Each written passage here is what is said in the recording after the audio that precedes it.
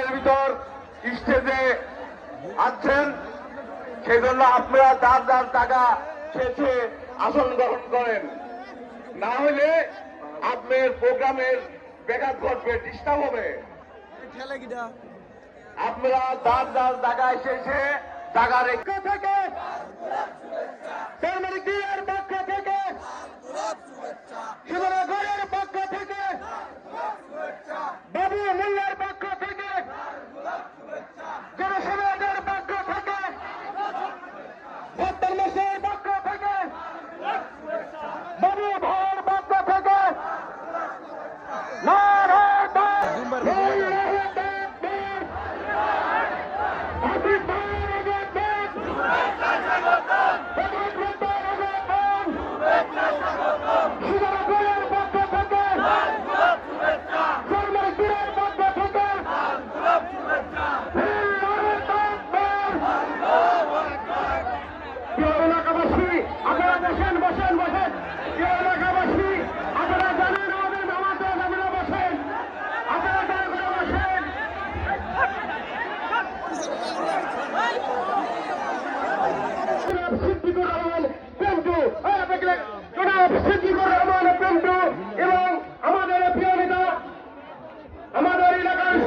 জেলার সব মেন্টালরা পাবনায় আসে, আর আমরা কি করি? আমরা আদর করে সোহাগ করে তাদেরকে সুস্থ করে বাড়ি পাঠায় দেয়, ঠিক না? তোমরা যারা বলো পাবনার লোকরা মেন্টাল, আরে বেটা সমস্ত মেন্টালদেরকে ঠিক করতে যেই জেলা লাগবে ওইটার নামই পাবনা জেলা। আমার পাবনা, অনেকে বলে আমাদের পাবনা নাকি খ্যাত, বেটা পাবনার মতো আমাদের রূপপুরের পারমাণবিক বিদ্যুৎ কেন্দ্র আর কোন জেলা আছে? সাহস থাকলে বলো না, সেগুলোর নামটা কি বলো? অনেকে বলে পাবনা নাকি অশিক্ষিত মানুষের জেলা, আরে বেটা পাবনার মতো এডওয়ার্ড কলেজ তথা অক্সফোর্ড কলেজ তোমরা কোথায় খুঁজে পাবা বলো? অনেকে বলে আমাদের পাবনার মেয়েরা নাকি খ্যাত টাইপের, আমি বলতে চাই পাবনার মতো সুন্দরী মেয়ে অন্য জেলায় খুঁজে পাওয়া যাবে না পাবনার। কারণ আপনারা জানলে অনেক বেশি অবাক হবেন, আমাদের এই পাবনার সাথে জুড়ে আছে আমাদের জাতীয় কবি কাজী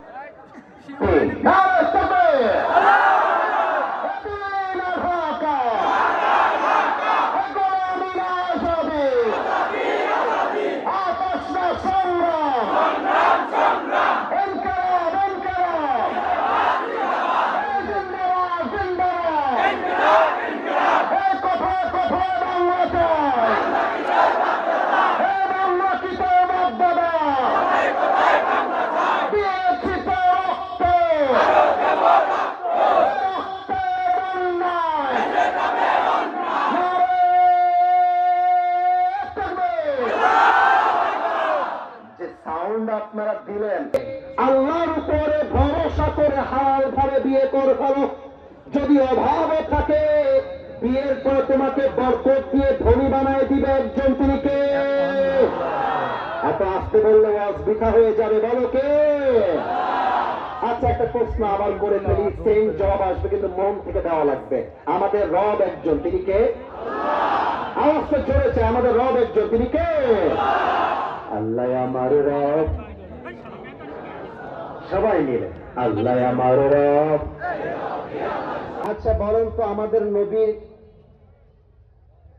যত পুত্র সন্তান পৃথিবীতে এসেছে, ছেলে সন্তান, ভয় পাবেন না, মন করে উত্তর দেবেন, আমি আছি। বলেন তো আমার নবীর কোন ছেলের সন্তান কি? পাবনা সুজানগরের পক্ষ থেকে আমি পরাজয় করছি। প্রিয় হুজুর, আমরা সব বন্ধু একসাথে ঘুরি, এর মধ্যে একজন বন্ধু আছে যে শুধুমাত্র বিবাহিত নারীদেরকে টার্গেট করে মায়া জালে আটকানোর জন্য। এই ক্ষেত্রে আমরা তাকে কিভাবে ফেরত আনতে পারি? আমার মনে হয় তাকে ফেরত আনার জন্য প্রথম উপায় হচ্ছে ওকে বিয়ে দিয়ে দাও।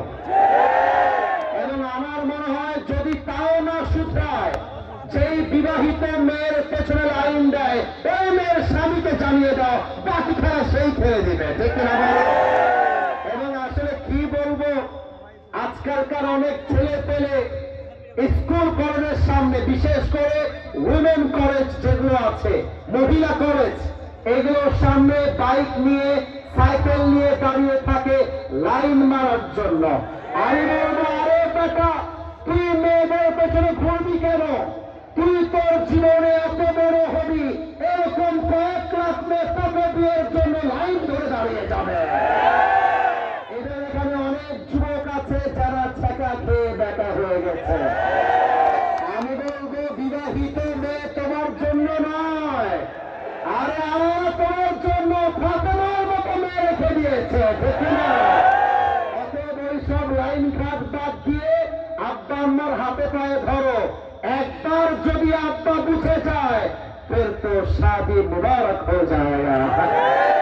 আল্লাহ তুমি যুবকদেরকে এই নারীদের পেছন থেকে ঘোরা থেকে হেফাজত করে পড়ে সবাই আমিন।